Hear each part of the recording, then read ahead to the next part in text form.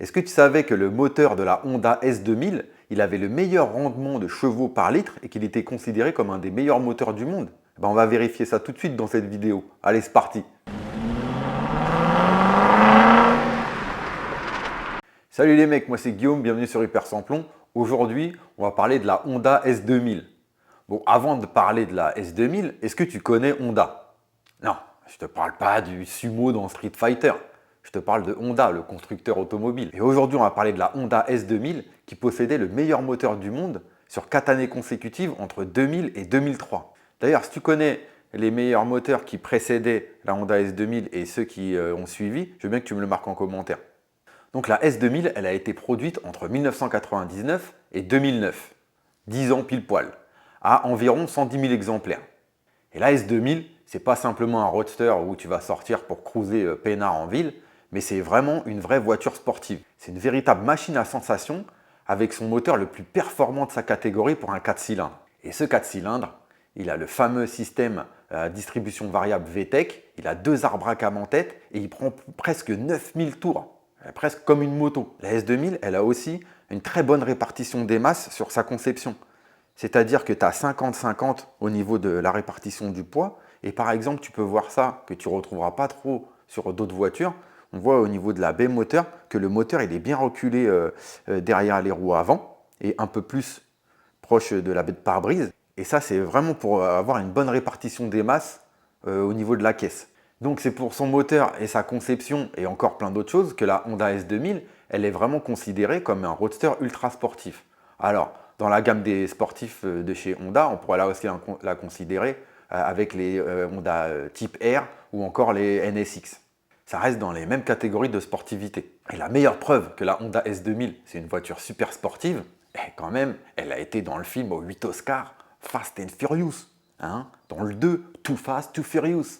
Ah ouais, dans ce genre de film, ils prennent pas des mobylettes, t'as compris. Si ça, c'est pas une preuve irréfutable de sa sportivité, dans la chronologie chez Honda, la S2000 de la gamme de la série S, elle succède à la S800, qui était sortie dans les années 70. Ensuite, il y a eu donc la S2000, mais après, il n'y a pas eu de remplaçante à la S2000. Et ça, c'est bien dommage parce que c'est vraiment une super bagnole. Au niveau des phases sur la S2000, il y a eu 2 phases. Mais entre la phase 1 et la phase 2, il y a ce qu'on va appeler des différences avec ce qu'on appelle une phase 1,5. Donc sur les premières différences qui apparaissent à partir de 2001, donc sur la phase, comme je disais, 1,5, on va avoir quelques différences par rapport à la phase 1. Donc pour te repérer rapidement, je ne vais pas toutes te les citer, mais les 2 principales qu'on voit assez rapidement, c'est que sur la phase 1, tu as des clignotants orange, et sur la phase 1,5, ils sont passés en blanc, et la lunette arrière de la phase 1, elle est en plastique, alors que sur la phase 1,5, elle est en verre. Ensuite, à partir de 2004, on a la phase 2, et celle-là, si on la compare avec la phase 1, là, on va voir que devant, tu as les pare-chocs avant qui changent, donc on ne voit qu'une seule ouverture par rapport à la phase 1, où il y en avait plusieurs. Pareil pour le derrière. Tu as les feux de devant qui sont avec des espèces de bulles. Un autre truc qui n'était pas terrible aussi sur la phase 1, c'est les lave-phares. En fait, ils n'étaient pas peints couleur carrosserie sur la phase 1 et ils l'ont fait sur la phase 2. Et ils ont corrigé un truc qui était un peu décrié sur la phase 1, c'est que dans le tableau de bord, ils ont mis l'heure et la température extérieure, parce qu'il n'y avait pas ça sur la phase 1. Je t'ai cité les principales différences, mais il y en a plein d'autres entre la phase 1, 1,5 et 2. Je te mets tout ça en description dans les liens si vraiment tu veux voir toute la différence entre ces 3 phases. Donc là, je te parlais des phases sur la Honda S2000, mais les phases, ce n'est pas à confondre avec les modèles, parce qu'il y a eu 2 modèles sur la S2000. Il y a eu la AP1 et la AP2. Alors pour faire simple, la AP1, elle est sortie entre 1999 et 2009, comme je te disais, dans tout le monde entier. Donc nous, c'est celle-là qu'on retrouve en France. Mais ensuite, à partir de 2004 jusqu'à 2009, il y a eu une AP2. Et celle-là, elle est uniquement sortie pour les marchés américains et japonais. Et la différence principale, en tout cas sur ces 2 modèles, elle est dans le moteur. Et donc ça tombe bien parce qu'on va parler des moteurs. Donc moi, la différence de phase que ce que je te faisais juste avant, ça concerne la AP1. Que ce soit pour la AP1 ou la AP2, tu as la même base de moteur, tu as un 4 cylindres, 16 soupapes avec la distribution VTEC, avec un double arbre-à-cames en tête. Pour la AP1, c'est un 2 litres, pour la AP2, c'est un 2 litres 2. Et là où ça diffère, c'est-à-dire qu'ils ont à peu près la même puissance, 240 chevaux, mais pour la AP1, elle va prendre presque jusqu'à 9000 tours. Alors que pour la AP2, elle va s'arrêter, sa zone rouge c'est plutôt autour de 8000 tours, mais elle est plus coupleuse. Ce moteur, il est uniquement couplé avec une boîte 6 manuelle. Et avec toute cette combinaison avec ce super moteur et sa boîte 6 méca, tu as vraiment un super rendement sportif sur cette S2000. Si tu devais voir une AP2 en France et que tu voulais t'en assurer pour être sûr que ce soit bien une AP2, en fait c'est au niveau du numéro du châssis. Tu vas voir que la différence c'est que les AP1 elles commencent par AP1 et AP2 elles commencent par AP2, donc au niveau du châssis comme je te disais. Il y a aussi des autres différences, il n'y a pas que le moteur, il y a aussi beaucoup de différences au niveau de la suspension et de sa tenue de route qui sont un peu mieux sur l'AP2. Et comme je te disais en début de vidéo, le moteur de la Honda S2000, à son époque, il est considéré comme un des meilleurs moteurs du monde pour un 4 cylindres. Parce qu'il a le meilleur rapport chevaux par litre. Pour 1 litre, tu as 120 chevaux. À l'époque, c'est mieux qu'une Ferrari 360 Modena. C'est ça qui fait que c'est un moteur ultra sportif. Aujourd'hui, pour la même chose, il y en a qui, pour faire 120 chevaux pour 1 litre, ils sont obligés de rajouter 1 ou 2 turbos. Et c'est ça qui fait que la Honda S2000, ça va être un futur collector. Dans les séries spéciales de la Honda S2000, il y a une série qui est sortie au moment où Honda ils sont entrés en Formule 1 en 2006, c'est la version RJ. Donc c'est une version super rare qui a été attirée à 50 exemplaires pour la France. Et le R et le J, c'est pour les deux pilotes de la team F1 Honda, Jason Button et Ruben Barrichello. Celle-là, tu la reconnais, elle a une super couleur blanche, dit Premium White Pearl. Donc ça, c'est pour la couleur extérieure. Et à l'intérieur, tu as des sièges baquets deux tons, rouge et noir. Tu vas retrouver un badge avec le numéro d'exemplaire dessus et les logos de la team F1 Honda. Et aussi, comme particularité, elle a un hardtop en aluminium. Ensuite, tu as eu la Honda Ultimate Edition. Alors celle-là, elle est arrivée à la fin de la production en 2009. C'est pour fêter la fin de la S2000. Ils ont fait cette version. Celle-là aussi, elle est blanche, mais la teinte, c'est Grand Prix White.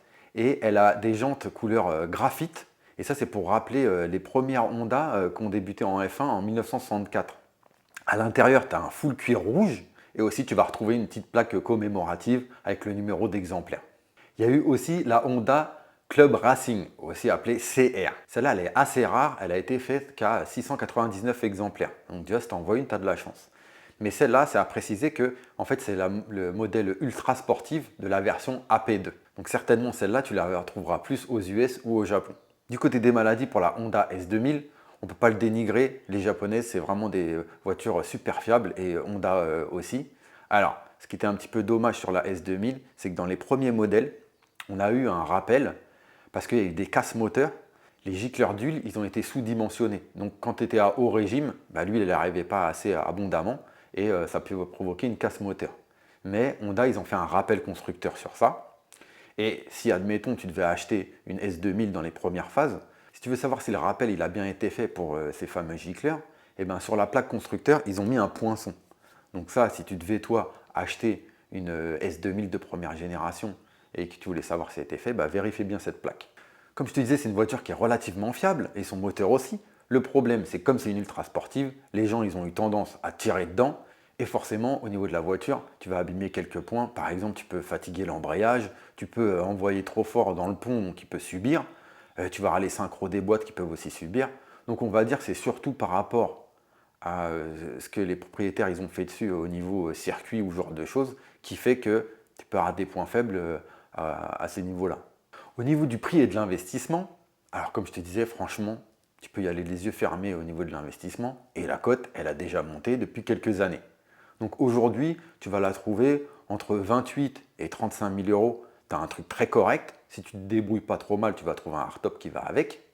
À noter que les phases 2, elles sont plus chères parce qu'elles sont un peu mieux équipées, un peu mieux finies. On va dire que sur les 10 ans, ils ont vraiment fait que des améliorations. Et forcément, c'est ça qui fait que tu vas retrouver un peu plus et donc c'est un peu plus cher les phases 2. Je te le redis, tu as un super moteur dedans, ultra sportif. Et même si tu ne tires pas dedans, c'est une voiture qui ne consomme pas beaucoup. Tu vas tourner autour des 10 litres au 100.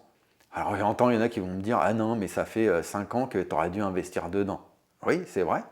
Mais dis-toi bien un truc, c'est que là, on n'est pas sur une voiture Youngtimer standard, où la cote, elle aurait peut-être déjà monté et s'est arrêtée. Là, tu es dans une ultra sportive.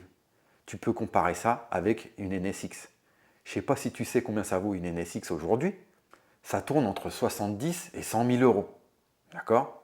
Donc dis-toi bien un truc, c'est que la Honda S2000, elle est sur la même lignée que cette NSX. Donc c'est une voiture qui aujourd'hui, comme je te disais, fait 28-35 000 euros et c'est un gros budget, mais le prix, il ne va pas s'arrêter de monter.